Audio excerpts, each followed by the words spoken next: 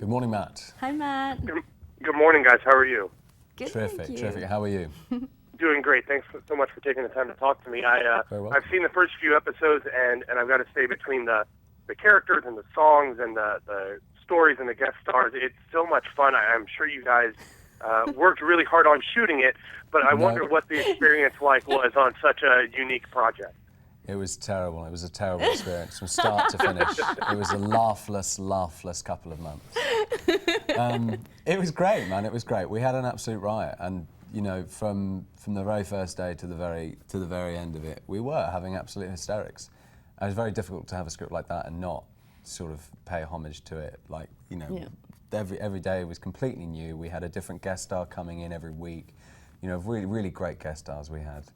John Stamos and Weird Al Yankovic and Hugh Bonneville, Ricky Gervais, Rutger Hauer, and it sort of cannonballed onto more and more energy came in, and it was a really amazing process, and we had an amazing cast and an amazing group of people and different comedic styles and energies bouncing off each other, so it was a bit of a whirlwind. You don't get scripts like this every day. I mean, I think we can safely all say that the minute that we read the pilot, I was so excited. I think, when does this ever happen? A comedy musical, medieval musical, set in the 15th century, and it's like Monty Python meets The Princess Bride.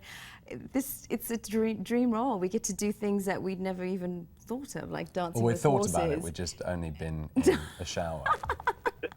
Dancing with horses, sword fighting, and what? Yeah. Dancing with swords, and Well, and like you said, it is something that is so different from what we see on TV on a normal basis. But with a creative team like you guys have behind you, I'm sure that made you a little bit more confident that this weird idea might actually work. Yeah, for sure. I mean, you know, Dan Fogelman's work has been incredible over the last few years, and his scripts have been, you know, really cutting edge and really on point, which is great, because he's creating a new comedic style, which is what you want to be doing. And you've got that paired with Alan Menken's music and Glenn Slater's lyrics, and you've got quite a formidable team going on. You know, I think there's a reason why things like Tangled and Frozen and shows like that are doing so well, and I think they're really hitting on that, and they've done very well to create something so new. The magic that you get from working with people like Alan Menken and Glenn Slater and Dan Fogelman and the cast and crew, I mean, everyone brings something so special to the table, and with each of our characters, we're so different from each other. This is probably one of the best experiences of my life, you know, having to work with such talented and inspiring people, and putting up with this wonderful GALAVANT. Every day it's been fun. It's not every day that you come, like I said, that you come across a script, and then when you're on set, we're always laughing in between takes and trying to, you know, we're just having so much fun. Yeah, well, and you guys mentioned things like Frozen and Tangled and all those things, and we've seen the movie musicals and the live TV musicals, and obviously what you guys are doing is so much different than that. But what do you think it is about that form of storytelling that has really caught hold in the last few years and become something that's kind of been rejuvenated in, you know, the wider popular culture? Well, you know, it's just funny. I was actually just watching last night. I was watching Camelot, which was filmed in 1968. So you watch a resurgence that happens, and I think the reason is musicals are great. Musicals can take you into a different sphere like other things can't, and they have that magical kind of quality. And I think all musicals, regardless of whether they are a fairy tale or not, have that fairy tale quality, that je ne sais quoi, whatever you want to call it, that takes you away. And music has that. Music has always had that. And it's wonderful to have the opportunity now to be doing something new and not to be doing something that's completely rehashed. There just hasn't been anything like this before, and having Alan Menken, who's the king of Disney and who's soundtracked most people's childhoods, has been a real privilege. It's been a real privilege. To be taken away, you know, for like every Sunday, it's going to be back-to-back 2 half-hour episodes.